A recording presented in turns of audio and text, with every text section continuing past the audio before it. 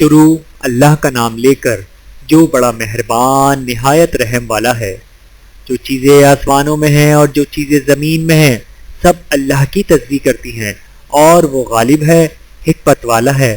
وہی تو ہے جس نے کفار اہل کتاب کو پہلی لشکر کشی پر ہی ان کے گھروں سے نکال دیا۔ مسلمانوں، تمہارے خیال میں بھی نہ تھا کہ وہ نکل جائیں گے، اور وہ لوگ یہ سمجھے ہوئے تھے کہ ان کے قلعے ان کو اللہ کے عذاب سے بچا لیں گے، مگر اللہ نے ان کو وہاں سے آ لیا جہاں سے ان کو گمان بھی نہ تھا، اور اس نے ان کے دلوں میں دہشت ڈال دی کہ اپنے گھروں کو خود اپنے ہاتھوں اور مومنوں کے ہاتھوں سے اجاڑنے لگے۔ تو اے بصیرت کی آنکھیں رکھنے والوں، عبرت حاصل کرو، اور اگر اللہ نے ان کے بارے میں جلا وطن کرنا نہ لکھ رکھا ہوتا تو ان کو دنیا میں بھی عذاب دے دیتا، اور آخرت میں تو ان کے لیے آگ کا عذاب تیار ہے ہی۔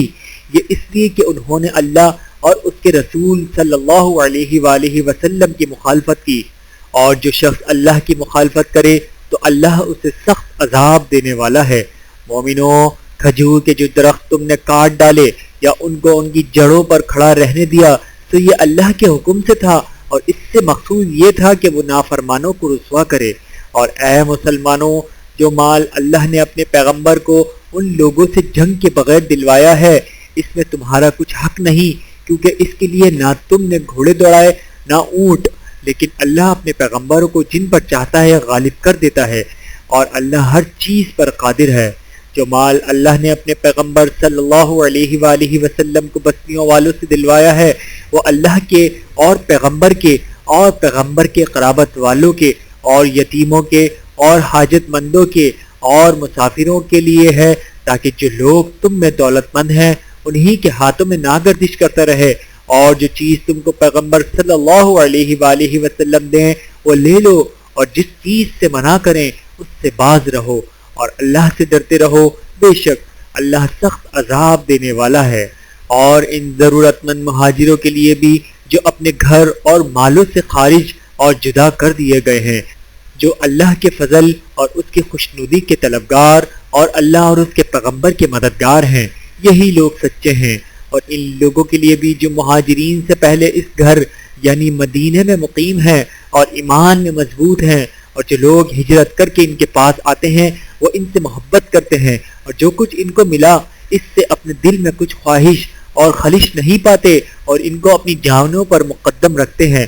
خواہ وہ خود بھی فاقے سے ہوناور جو شخص خود غرضے سے بچا لیا گیا، تو ایسے ہی لوگ بامراد ہیں۔ اور ان کے لیے بھی جو ان مہاجرین کے بعد آئے اور دعا کرتے ہیں کہ اے پروردگار ہمارے اور ہمارے بھائیوں کے جو ہم سے پہلے ایمان لائے ہیں گناہ معاف فرما، اور مومنوں کی طرف سے ہمارے دل میں کینہ و حسد نہ پیدا ہونے دے۔ اے ہمارے پروردگار تو بڑا شفقت کرنے والا ہے، مہربان ہے۔ کیا تم نے ان منافقوں کو نہیں دیکھا جو اپنے کافر بھائیوں سے جو اہل کتاب ہیں کہا کرتے ہیں کہ اگر تم جلا وطن کیے گئے تو ہم بھی تمہارے ساتھ نکل چلیں گے، اور تمہارے بارے میں کبھی کسی کا کہا نہ مانیں گے، اور اگر تم سے جنگ ہونی تو تمہاری ہی مدد کریں گے، مگر اللہ ظاہر کیے دیتا ہے کہ یہ جھوٹے ہیں۔ اگر وہ نکالے گئے تو یہ ان کے ساتھ نہیں نکلیں گے، اور اگر ان سے جنگ ہوئی تو یہ ان کی مدد نہیں کریں گے،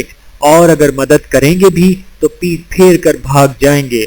پھر ان کو کہیں سے بھی مدد نہ ملے گی۔ مسلمانوں، تمہاری ہیبت ان لوگوں کے دلوں میں اللہ سے بھی بڑھ کر ہے، یہ اس لیے کہ یہ سمجھ نہیں رکھتے، یہ سب جمع ہو کر بھی تم سے نہیں لڑ سکیں گے، مگر بستیوں کے قلعوں میں پناہ لے کر یا دیواروں کی اوٹ سے ان کے آپس میں بھی بڑی لڑائیاں رہتی ہیں۔ تم خیال کرتے ہو کہ یہ اکٹھے ہیں، حالانکہ ان کے دل پھٹے ہوئے ہیں، یہ اس لیے کہ یہ بے عقل لوگ ہیں۔ ان کا حال ان لوگوں کا سا ہے جو ان سے کچھ ہی پیشتر اپنے کرتوت کی سزا کا مزہ چکھ چکے ہیں، اور ان کے لیے دکھ دینے والا عذاب تیار ہے۔ منافقوں کی مثال شیطان کی سی ہے کہ انسان سے کہتا رہا کہ کافر ہو جا، پھر جب وہ کافر ہو گیا تو کہنے لگا کہ مجھے تجھ سے کچھ سروکار نہیں، مجھ کو تو اللہ رب العالمین سے ڈر لگتا ہے۔ تو دونوں کا انجام یہ ہوا کہ دونوں دوزخ میں جائیں گے، ہمیشہ اس میں رہیں گے، اور بے انصافوں کی یہی سزا ہے۔ اے ایمان والو، اللہ سے ڈرتے رہو، اور ہر شخص کو دیکھنا چاہیے کہ اس نے کل یعنی آخرت کے لیے کیا سامان بھیجا ہے،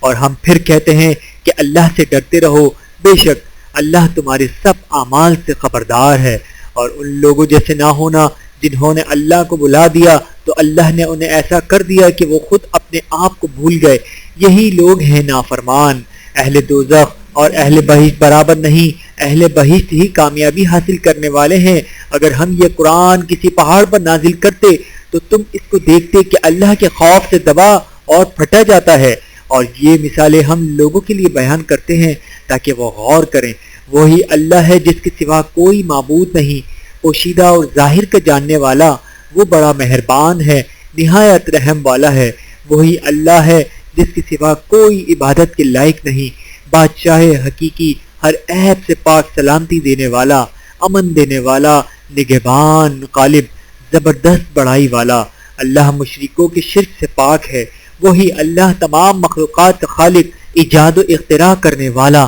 صورتیں بنانے والا۔ اس کے سب اچھے سے اچھے نام ہیں۔ جتنی چیزیں آسمانوں اور زمین میں ہیں سب اس کی تسبیح کرتی رہتی ہیں، اور وہ غالب ہے، حکمت والا ہے۔